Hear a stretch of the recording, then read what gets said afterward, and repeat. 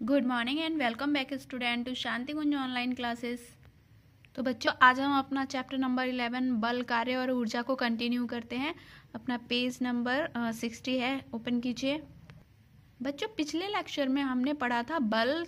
तो बल क्या होता है? किसी चीज़ को अपनी तरफ खींचना या ढकेलना क्या कहलाता है? बल कहलाता है। फिर उसके बाद में हमने पढ़ा था उसके कार्य। कार्य क्या होता है? बल लगाकर किसी वस्तु की दिशा में परिवर्तन करना क्या कहलाता है? कार्य कहलाता है। और कार्य का मात्रक क्या होता है? जूल होता है। और या फिर जूल के लिए न्यूटन मीटर का भी हम प्रयोग करते हैं। और कार्य का फार्मूला क्या बताया था? बल गुणा दूरी। तो बच्चों, आज हम पढ़ते हैं ऊर्जा। ऊर्जा क्या होती है? बच्चों, खींचने या ढकेलने के लिए तो हमें बल की आवश्यकता होती है, और बल का प्रयोग करने के लिए हमें शक्ति लगानी पड़ती है। यानी जब बल का प्रयोग थोड़ी दूरी के लिए किया जाता है तब तो वह कार्य कहलाता है। अतः किसी कार्य को करने के लिए शक्ति की आवश्यकता होती है। इस शक्ति को ही हम क्या कहते हैं? ऊर्जा कहते हैं। अब है ऊर्जा के प्रकार। ऊर्जा के कितने प्रकार होते हैं? ऊर्जा कई प्रकार की होती है, जैसे गतिज ऊर्जा। गतिज ऊर्जा क्या होती है? Kinetic energy. गतिशील वस्तु में गति के कारण उत्पन्न ऊर्जा को गतिज ऊर्जा कहते हैं। जैसे गतिमान कार यानी चलती हुई कार हो, या गतिशील गेंद में गतिज ऊर्जा होती है, यानी गेंद को हमने फेंक दिया है उस समय उसमें कौन सी ऊर्जा है? गतिज ऊर्जा है। फिर है स्थितिज ऊर्जा। स्थितिज ऊर्जा मतलब पोटेंशियल एनर्जी। किसी वस्तु की स्थिर स्थिति में होने पर उसमें कुछ ऊर्जा प्राप्त होती है, जिसे हम स्थितिज ऊर्जा कहते हैं। स्थितिज ऊर्जा संचित ऊर्जा होती है। यानी जैसे पहाड़ की चोटी पर खड़े लड़के में भी स्थितिज ऊर्जा होगी। कार में गतिमान होने की क्षमता होती है। स्थितिज ऊर्जा गतिज ऊर्जा में परिवर्तन हो जाता है। यानी अगर हम स्थितिज ऊर्जा से गतिज ऊर्जा में परिवर्तन करना चाहें तो वो भी हो जाता है। कैसे? जब पहाड़ के ऊपर खड़ी कार नीचे की ओर गतिशील होती है तब उसकी स्थितिज ऊर्जा गतिज ऊर्जा में परिवर्तित हो जाती है। फिर है रासायनिक ऊर्जा। रासायनिक ऊर्जा में स्थितिज ऊर्जा का ही ये भी एक रूप है। पदार्थ के अणुओं में संचित होती है ये। और रासायनिक ऊर्जा वह संचित ऊर्जा है जो पदार्थों के अणुओं को के एक दूसरे से अभिक्रिया करने पर बाहर की ओर उत्सर्जित होती है। जैसे कि सेलों में, जो सेल होते हैं हमारे घरों में यूज करते हैं घड़ी वगैरह में, वो तो उन से शुष्क सेल में भी संचित रासायनिक ऊर्जा का ही एक उदाहरण है।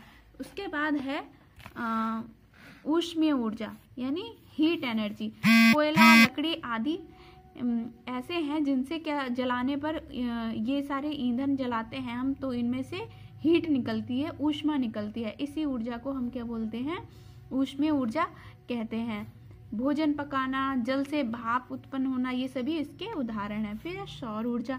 सौर ऊर्जा बच्चों सूरज से प्राप्त ऊर्जा सौर ऊर्जा कहलाती है। ये विकिरण ऊर्जा का एक रूप है, और ऊर्जा के द्वारा सौर कुकर में भी हम भोजन पका सकते हैं। यानी सूरज से प्राप्त होने वाली ऊर्जा को सौर ऊर्जा कहते हैं। फिर है विद्युत ऊर्जा। ये पदार्थ के आवेशित कणों के कारण उत्पन्न होती है। विद्युत ऊर्जा जिसका प्रयोग हम बिजली से चलने वाली मशीनों में करते हैं, वो हमारी विद्युत ऊर्जा कहलाती है। इसमें क्या होती है? विद्युत धारा यानी करंट भी गतिज ऊर्जा का ही एक रूप है, जब ये विद्युत परिपथ में गतिशील होती है। यानी जब कोई भी सर्किट होता है उसमें करंट अगर चल रही होती है तो उसे हम बोलते हैं कौन सी ऊर्जा है? गतिज ऊर्जा चल रही है। फिर है नाभिकीय ऊर्जा। पदार्थ में स्थित परमाणुओं के विखंडन से अपार ऊर्जा निकलती है। बच्चों, सबसे ज़्यादा ऊर्जा हमें इन्हीं से ही मिलती है। न्यूक्लियर एनर्जी में ही सबसे ज़्यादा एनर्जी होती है। एक परमाणु बम जब फटता है तो बहुत ज़्यादा ही एनर्जी निकलती है। इसमें इलेक्ट्रॉन भागीदार होते हैं। ऊर्जा के बहुत सारे स्रोत होते हैं। एक है सूर्य, सबसे बड़ा हमारा ये एक नेचुरल सोर्स है सूर्य। पृथ्वी पर पाई जाने वाली संपूर्ण ऊर्जा हमें प्रत्यक्ष रूप से सूरज से ही मिलती है। सूरज कैसे है हमारे लिए? जैसे पौधों के लिए क्या करता है? पौधे सूर्य के प्रकाश में ही अपना भोजन बनाते हैं। Solar cooker, solar cell, solar panel, इन सब से भी हमें क्या मिलती है? ऊर्जा मिलती है।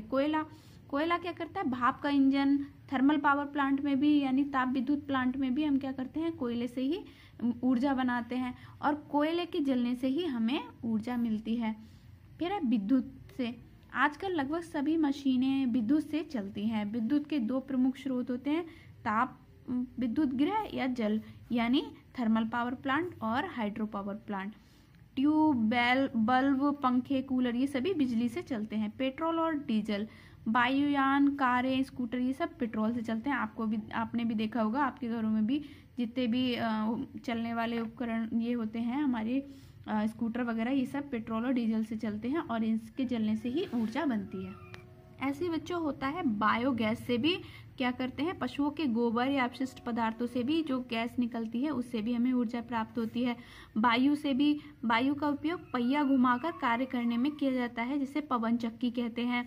और जल से, थर्मल पावर प्लांट में जल जब टरबाइन पर पड़ता है तब वो टरबाइन घूमने लगती है और बिजली बन जाती है। इसी प्रकार से भोजन से भी सभी जीवित प्राणियों के कार्य करने के लिए हमें ऊर्जा की आवश्यकता होती है और हम लोग जिंदा रहने के लिए क्या करते हैं, भोजन प्राप्त करते हैं, यानी भोजन जब हमें मिलता है तब भी हमें ऊर्जा मिलती है। फिर है ऊर्जा के स्रोतों का संरक्षण, मतलब हमें इन जो भी हमारे नेचुरल प्रकृति ने हमें जितने भी वो ऊर्जा के स्रोत दिए हैं उन्हें हमें बचाकर रखना चाहिए, उन्हें ख़त्म नहीं करना चाहिए।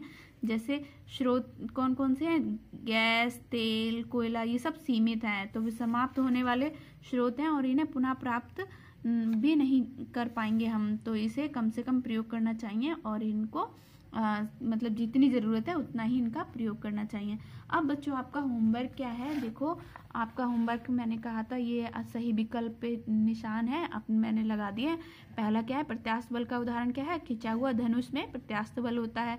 ऊपर से फेंकी गई गेंद पर गुरुत्व बल लगता है।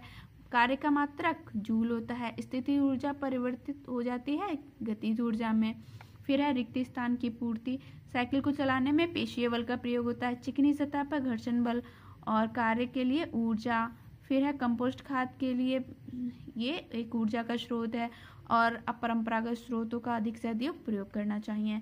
सही गलत का निशान देखो बच्चों मैंने लगा दिए हैं, आप लगा लेना। क्वेश्चन पे आते हैं, प्रश्न उत्तर पे। बल किसे कहते हैं, तो बच्चों इसका आंसर आप यहाँ से लिखोगे। बल का ना यहाँ से करना है। गति उत्पन्न करने में सहायक खींच या ढकेल को हम बल कहते हैं। ये पूरी लाइन आप यहाँ तक लिखोगे। अवस्था में परिवर्तित करता है और उसके बाद यहाँ से लिखोगे बल कार्य कई प्रकार का होता है, यानी यहाँ तक आप आएगा आपका पहला आंसर। प्रश्न नंबर 2 देखो बच्चों, गुरुत्वाकर्षण बल ये पूरा लिखोगे। पृथ्वी और से लेकर यहाँ तक गुरुत्वाकर्षण बल के उदाहरण है। थर्ड है घर्षण बल से क्या समझते हैं। घर्षण बल आप यहाँ से लिखोगे। घर्षण बल वह बल है और नेक्स्ट पेज के आप ऊपर की पूरी लाइन लिखोगे और यहाँ तक लिखोगे जाती है। फिर है कार्य किसे कहते हैं, क्वेश्चन नंबर 4। बच्चों आप कार्य की परिभाषा यहाँ से लिखोगे और ये लिखने के बाद यहाँ से आप फिर से लिखोगे क्वेश्चन नंबर 4 का ये आंसर। कार्य का मात्रक जूल होता है और जूल के लिए न्यूटन मीटर मात्रक का भी प्रयोग किया जाता है और कार्य बराबर बल गुणा दूरी होता है। सबसे इम्पोर्टेंट फॉर्मूला होता है, इसे जरूर लिख लेना अपनी कॉपी में, कार्य बराबर बल गुणा दूरी। अब लास्ट क्वेश्चन है, ऊर्जा क्या है, ऊर्जा के विभिन्न स्रोत। इसका आंसर यहाँ से लिखना। किसी कार्य को करने के लिए शक्ति की आवश्यकता होती है, ये पूरा लिख देना। और फिर इसके स्रोत कौन कौन से होते हैं, देखो इसके स्रोत में यहाँ से लिखोगे। पहले तो ये लिखोगे लाइन, ऊर्जा के प्रमुख स्रोत हैं सूर्य में यहाँ तक लिख देना। फिर कोयले में आप यहाँ से लिख देना। फिर है विद्युत में यहाँ तक लिखना। और फिर है पेट्रोल और डीजल के जलने से भी ऊर्जा बनती है, ये लिख देना। लास्ट एग्जाम्पल यहाँ पर भी लिख देना, बायोगैस से यहाँ तक ऊर्जा प्राप्त होती है। बस नेक्स्ट लेक्चर में फिर मिलते हैं बच्चों, होमवर्क अच्छे से कर लेना। Bye bye, take care.